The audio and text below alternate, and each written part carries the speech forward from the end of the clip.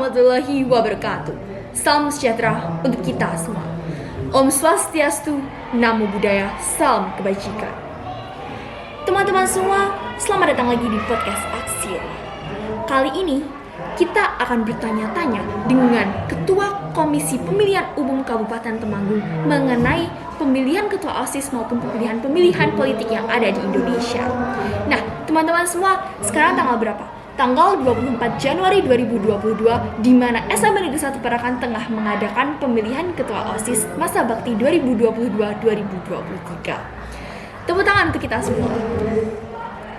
Baik, mari kita awali dengan perkenalan. Perkenalkan, saya Fani Vanda Ferumoli, mewakili pengurus OSIS untuk menjadi moderator pada podcast kali ini. Dan saya Ilvina Askanajah yang juga mewakili pengurus OSIS untuk menjadi moderator kali ini.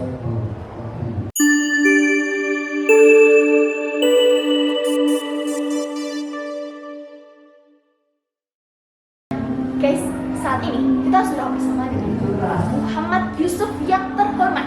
Beliau yang akan menjadi narasumber kita pada kali ini. Nah, intinya kali ini kita akan bertanya-tanya mengenai beberapa hal. Tanpa membuang waktu, langsung saja kita menuju pada pertanyaan. Silakan Ilvi. Sekolah mana saja sih yang sudah menerapkan sistem pemilihan berkolaborasi dengan KPU kombinasi e-voting? Oke, ya terima kasih untuk kita jawab. Saya sangat bahagia sekali untuk berkesempatan bertemu berkolaborasi dengan SMP Negeri 1 Parakan, baik SMP Mika, dari beberapa sekolah dengan guru anak, terutama juga pengurus OSIS.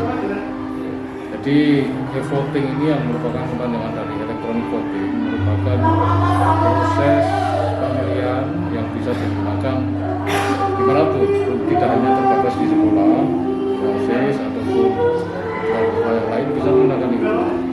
Nah, ini untuk menjembatani yang pertama, kita sering dimintai bantuan untuk peminjaman alat berupa bilik maupun kotak suara di sekolah-sekolah. Hanya dalam sekarang kan bilik dan kotak suara itu kan sudah ada keputusan dari BLM.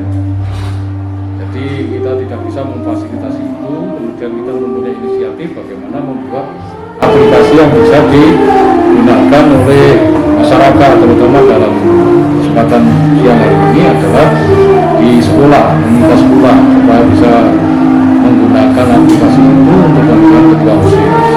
Jadi ada beberapa yang juga tidak hanya sekolah, tentu saja ada pernah pemilihan ketua Ikatan Dokter Indonesia cabang Temanggung, kemudian pemilihan lurah pondok pesantren, kemudian pemilihan ketua OSIS SMA, SMP. Tujuannya itu untuk mempersasar sekolah-sekolah dalam hal ini menjadi pemilih pemula untuk mendapatkan sosialisasi demokrasi atau kepemiluan yang baik dari komisi itu. Baik Pak, terima kasih.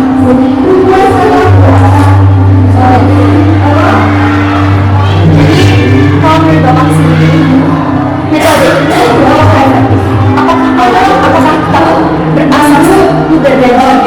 Mungkin Bapak bisa dijelaskan. Ya, jadi asas yang sudah disampaikan di siapa? Asas berbeda. Enggak, di siapa? Enggak, di siapa? Yufon, ya. Dari Yufon terkait dengan asas pemilu, biar jurdil memang ya, perlu kami garis bawahi pelaksanaan e-voting ini kan kita inisiatif kami KPU Temanggung untuk jembatan kita sosialisasi ke sekolah, tidak regulasi undang-undang disebutnya menggunakan e-voting itu enggak, tapi untuk menjembatani sekolah dalam hal ini kerjasama dengan KPU untuk meminjamkan alat yang tadi saya sampaikan. Karena kita tidak bisa fasilitasi itu, maka kita gunakan aplikasi, kita bentuk aplikasi yang bisa bermanfaat untuk sekolah, yaitu e-voting. Tentu saja ini tidak bisa lepas dari asas penyelenggaraan pemilu, yaitu langsung umum, bebas, rahasia, jujur dan adil. Hanya payung hukum ketika e-voting ini bisa digunakan untuk pemilihan umum secara nasional, tentu saja masih membutuhkan regulasi atau payung hukum undang-undang yang mengatur tentang itu. Untuk sekarang pemilihan kita atau pemilu kita masih menggunakan metode manual seperti biasa, yaitu pendataan daftar pemilih kita sampaikan ke masyarakat, kemudian pembentukan KPPS, tempat pemungutan suara di desa, kemudian besok logistik yang mencakup kotak suara, surat suara, bilik suara, seperti biasanya. Itu undang-undang kita yang masih menyelenggarakan undang-undang. Baik Pak, sebenarnya pemilihan metode ini nantinya apakah akan digunakan untuk pemilu dan pilkada di masa depan? Ya, terima kasih. Tentu saja ini kan zaman kita, tentu saja zaman kita dengan Pak kita dulu agak berbeda. Ya. Sekarang kita semua orang, semua kalangan, bahkan anak kecil, kakek-kakek, nenek-nenek apa ya sampai begitu kan? Pakai WA, WA saja nggak jawab. Nah, WA ini nggak apa, tapi WA apa tebang WA, nggak usah Al-Quran, misalnya begitu. Ini tentu saja harapan kami ke depan selaku penyelenggara pemilu, semakin ke depan tentu saja pemerintah ataupun KPU akan menyiapkan regulasi atau payung hukum untuk mengadakan pemilu yang berbasis IT, teknologi atau berbasis jasa. Karena memang kita lihat kita tidak bisa mengikuti bahwa kemajuan zaman sekarang semakin pesat dan ini juga harus mengikuti itu. Kemudian sebelum 2019 kemarin kita bercontoh, walaupun pemilu masih manual dengan bilik suara, surat suara, pemungutan suara, kita juga memfasilitasi bagaimana pemilu menggunakan gadget, yaitu dengan menunjukkan aplikasi namanya Pemilu Pintar. Jadi adik-adik bisa lihat di Facebook, ada aplikasi Pemilu Pintar yang di situ akan bisa akses oleh para pemilih. Yang pertama memasukkan angka, apakah pemilih itu masuk di daftar pemilih dulu, bisa tidak memasukkan angka. Kalau itu kan daftar.